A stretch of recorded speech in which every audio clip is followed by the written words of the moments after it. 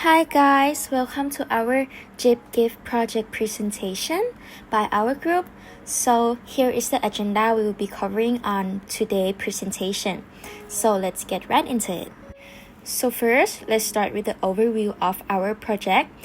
Our project is called Locket, which is an online shop that sells custom-made lockets. And what is a locket? A locket is a heart pendant that opens to reveal a small photograph or other small items such as dried flowers inside. Here on the screen is the prototype that we drew back when we were starting to make this project. And why did we choose to do this product? We choose to do this because Locket is a product that can carry personal memory and hold emotional value to a person that have it. So next, let's get into the process, which is the step and detail of this project. We start with the discussion, which is the brainstorming part, and we choose what product idea we're gonna do and stuff like that. Next is the preparation. In this process, we make an account, we buy supply, and we choose a pickup location for our product. Next is the production process. We make poster and the locket itself. Lastly, the drop-off process, which we give out product to our customer. Let's start with the discussion process. In this step, we choose a product we were gonna do, which is locket. We delegate each member in our group a roles, and we estimate a budget and a time that we will need in order to accomplish this whole project. Next is the preparation part. In this part, we start to make an online account, which is locket.co, and then we choose the pickup location. And lastly, we go buy a supply that we need to do this whole product for everyone that buy it. So next up, it is the production part of the project. We start to create the locket, and then we make poster to post on Instagram to promote our product, and then we create Google form for people to come and place their order. And lastly, we also create a Google Sheets for tracking money and to track who order what and what picture or what stuff they want to put in their locket. So here on the screen, you can see an example of what we posted on our locket account in order to get people to come buy our stuff. You can see we do some promotion, and then we posted real product, and then we put the link into one of the posts so that people can scan and they can come order it by themselves. Here are the duties and responsibilities.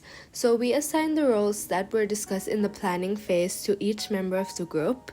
The following is the description of each member's duty in detail. Aris created and managed orders through Google Form for a smooth ordering process. She made it user-friendly and aesthetically pleasing. She regularly monitored order submissions and made sure orders were accurately recorded and accessible to the team. Mochi was in charge of public relations. She made the Instagram page and helped design logo. She handled customer communication and order confirmations, so she verified orders and conducted quality control and assisted with product deliveries. Leah sourced materials for the locket keychains through online platforms and retail stores. She surveyed local suppliers and compared prices and availability to ensure cost efficiency and help with preparing the materials for production. Mint did public relations. She took product photos and designed and managed Instagram posts. She created engaging captions for each post, making them appealing and informative, and she communicated with customers and addressed their inquiries. First was the treasurer. He took care of the financial aspect of the project, including initial money collection.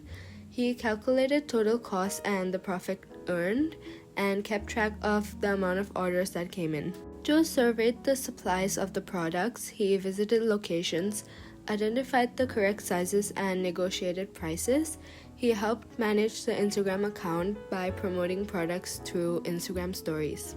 Elaine created the Instagram account. She made the logo and some Instagram posts. She helped buy supplies, visit locations, and search for locket samples, and she also created an outline of what needed to be done to keep track of the progress. And Prim was the product maker. She contributed in planning and making some promotion posts and tracked some members' progress. Throughout the project, we faced two main categories of problems. First, issue related to production of product, and second, problems among group members in terms of teamwork and coordination. One major production issue was the quality of lockets we purchased online. They turned out to be smaller than expected, and once we insert the photos, some of them broke easily, which affected the overall product quality. This setback means we had to rethink and adjust our product approach. The entire workflow of our project was impacted. Due to the product issue, we had to adapt, so we redesigned the product by turning the small lockets into flower pendants, and we had to purchase new supplies. This led to a delay in completing the project as more time was spent remaking the lockets. In addition to production challenge, we also experienced team-related problems. The first was poor communication, which led to misunderstandings and inefficiencies. Second, there was ambiguous role assignment, causing diffusion of responsibility. Some tasks were overlooked or duplicated. And third, poor time management and lack of task prioritization make it difficult to keep everything on track. To address these issues, we took several key steps. First, we encouraged open discussions to clarify intentions early on and prevent communication breakdowns. Then we assigned specific tasks to each member and used visible tracking tools to ensure accountability. Finally, we established a timeline with clear deadlines and priorities, which help keep everyone aligned and focused. This change helped us get back on track and improve team collaboration. Next is the reflection segment, where our group members reflect on this entire project and what they learned throughout this experience. Arisarara learned the value of clear and structured communication as she saw how miscommunication can affect team dynamics and the task itself. She recognized the need for regular meetings and open dialogue, similar to Buntarika, who also encouraged more discussions to reduce misunderstandings while gaining insight into conflict resolution. Manasanan learned the importance of teamwork and virtual communication as she took initiative to clarify roles and suggest improvements. She became more flexible in problem solving as well. Tan realized the value of precise coordination and role assignments as he learned to manage tasks and adapt promotions dynamically. Tiranath developed leadership by stepping up when others hesitated as she managed role assignments and workload balancing, gaining conflict management experience as well. Bunyubi noted the effects of unequal task division, learning the importance of proper planning and role timing, and as treasurer, he gained insight into communicating such a sensitive topic like money. Purenut had strengthened decision-making and communication as she also learned to coordinate group feedback with her personal creativity when working in PR, and Vanessa, as the main product maker, overcame issues with the incorrect materials as she adapted by redesigning the product itself and learned to work under pressure and adjust quickly to the situation. The entire profits of this project has gone to the Mirror Foundation, a non-governmental organization based in Chiang Mai, Thailand, as they focus on improving the lives of vulnerable communities such as hill tribes, stateless individuals, homeless people, and even underprivileged children. They tackle many aspects, whether it's poverty alleviation and community development, education like building schools or raising funds for children, tech and innovation to improve the lives of people, and as well as promote inclusivity and equality in society. Support is needed in many forms, whether it's in the form of volunteering, partnerships, donations, or innovations, but this helps ensure the vulnerable groups are supported and included, and contributions are directly supported to all the impactful programs in the foundation. They have many donating options, whether it's picking up, drop-off, parcels, or what we chose with online monetary donations, as we believe that it was logically practical, as the center is quite far. It's cost-effective as the foundation can bulk purchase to save money, and it's very flexible and impactful.